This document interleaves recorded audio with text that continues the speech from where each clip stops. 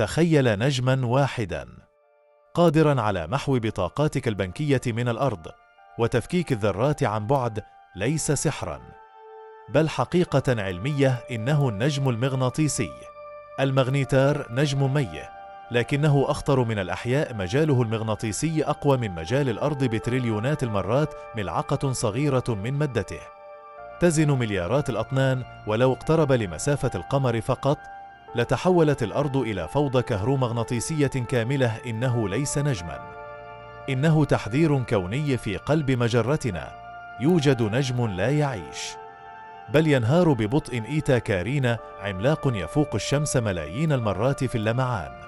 نجم يقذف أجزاء من جسده إلى الفضاء وكأنه عاجز عن تحمل وزنه الهائل. علماء الفلك يراقبونه في صمت، لأن انفجاره القادم لن يكون عادياً. عندما ينفجر سيمحو نفسه من الوجود ويضيء سماء الأرض كالشمس الثانية. إنه نجم ينتظر لحظة موته، ونحن نعد الثواني الكونية. انظر إلى كوكبة الجبار. هناك نجم أحمر عملاق اسمه بيتلجيوس. نجم ضخم لدرجة أن ابتلاعه للنظام الشمسي ليس مستحيلاً. لكن الغريب ليس حجمه، بل سلوكه. يخفت فجأة ثم يسطع من جديد، وكأنه يتنفس. علماء الفلك يؤكدون بيتلجيوس في مراحله الأخيرة، وعندما ينفجر سيضيء سماء الأرض نهاراً كاملاً دون أن يؤذينا. نجم يحتضر، ونحن نشاهد النهاية أخيراً. نصل إلى أكثر النجوم رعباً. WR104 نظام النجمي مزدوج.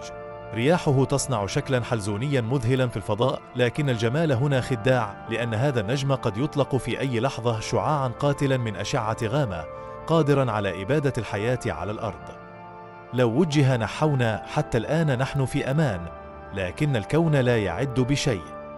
هذا ليس نجماً فقط، بل احتمال نهاية خلف كل نقطة ضوء في السماء. قصة رعب وقوة وغموض يفوق الخيال. هل تعلم ما هو المرعب حقاً؟ أن كل ما اكتشفه الإنسان حتى الآن لا يتجاوز 1% من هذا الكون الشاسع. والأكثر رعباً من ذلك أن كل ما نراه ونرصده ليس سوى السماء الأولى فقط. تخيل كم مجرة تحتويها، وكم نجماً يشتعل في ظلماتها، وكم كوكباً يدور في صمت. هذا الاتساع الذي يعجز العقل عن استيعابه.